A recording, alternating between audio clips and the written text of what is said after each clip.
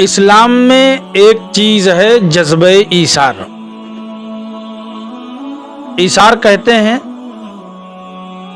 خود ضرورت مند ہونے کے باوجود دوسرے کی ضرورتوں کو پورا کرنا۔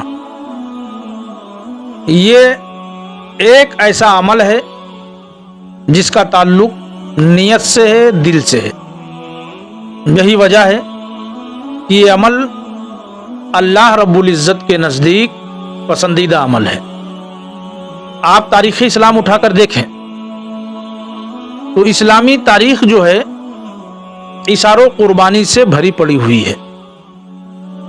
ایک مرتبہ آقا دو جہاں صلی اللہ علیہ وسلم کی بارگاہ میں ایک ضرورت مند فاقہ زدہ شخص آیا اور اپنی پریشانی کو بیان کیا۔ اللہ کے رسول صلی اللہ علیہ وسلم نے ایک صحابی سے فرمایا کہ جا کر کے میرے گھر سے اس آدمی کے لیے کھانے کے لیے کچھ لے آؤ۔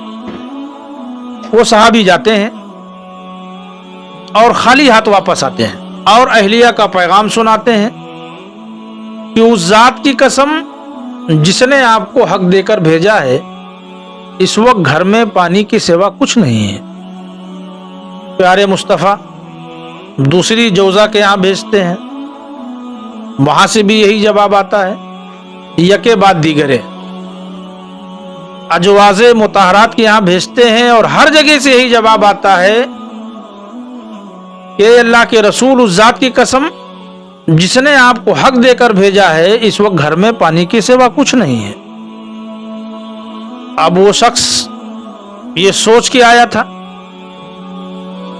کہ پیارے مصطفیٰ نگاہ کرم فرمائیں گے، ہماری کٹھن زندگی آسان ہو جائے گی، ہماری پریشانی آسانی میں تبدیل ہو جائے گی۔ وہ غریبوں ضرورت مندوں کے ماوا و ملجا ہیں، آپ اندازہ لگائیں جن کی ایک ٹھوکر سے کائنات کی دولت آپ کے قدموں میں آ سکتی تھی۔ جو کائنات کا شہنشاہ ہے، آپ سوچیں کس گھر کی بات ہو رہی ہے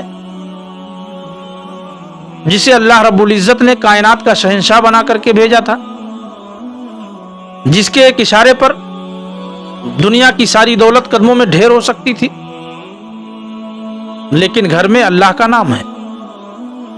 وہ شخص نادم و شرمندہ ہوا، ندامت اور شرمندگی کے قطرات اس کی پیشانی سے ٹپکنے لگے۔ پیارے مصطفیٰ نے فرمایا کہ کون ہے آج جو اس شخص کی میزبانی کرے گا؟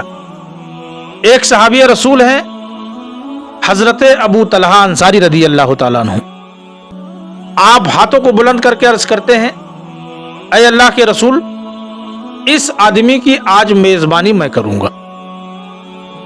بہرحال اس اجنبی شخص کو حضرت ابو طلحہ رضی اللہ تعالیٰ عنہ اپنے ساتھ گھر لے کر کے جاتے ہیں۔ اہلیہ سے پوچھتے ہیں گھر میں کچھ کھانے کے لیے ہے؟ اہلیہ نے کہا گھر میں صرف اتنا کھانا ہے کہ بچے کھا سکتے ہیں۔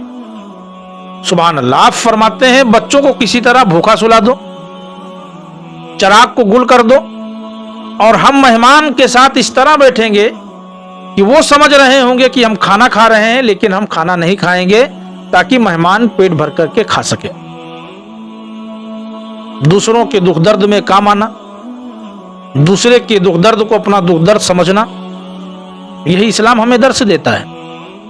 جب صبح ہوئی اللہ کے رسول کی بارگاہ میں حاضر ہوئے، پیارے مصطفیٰ مسکرائے، تبسم فرمایا، کہا اے ابو طلحہ، تم دونوں کے حسن سلوک کو اللہ رب العزت نے اپنے بارگاہ کرم میں قبول فرما لیا ہے۔ ایسے ہی ایک واقعہ ہے، ایک صحابی رسول ہے، ان کے گھر کسی نے بکری کا سر بطور تحفہ بھیجا۔ انہوں نے سوچا میرا فلاں بھائی جو ہے اور اس کے بچے اس کے زیادہ حقدار ہیں، آپ جو ہے اس بکری کے سر کو ان کے یہاں بھیج دیتے ہیں۔ دوسرا تیسرے کے بارے میں یہی سوچتا ہے، تیسرا چوتھے کے بارے میں یہی سوچتا ہے۔ اس طریقے سے 7 گھروں سے ہوتا ہوا وہ بکری کا سر جو ہے پہلے والے صحابی رسول کے یہاں پہنچ جاتا ہے۔ ایسے ہی جنگ یرموک کے موقع پر کچھ صحابہ جو ہے زخم کھا کر کے گر گئے، پانی مانگا،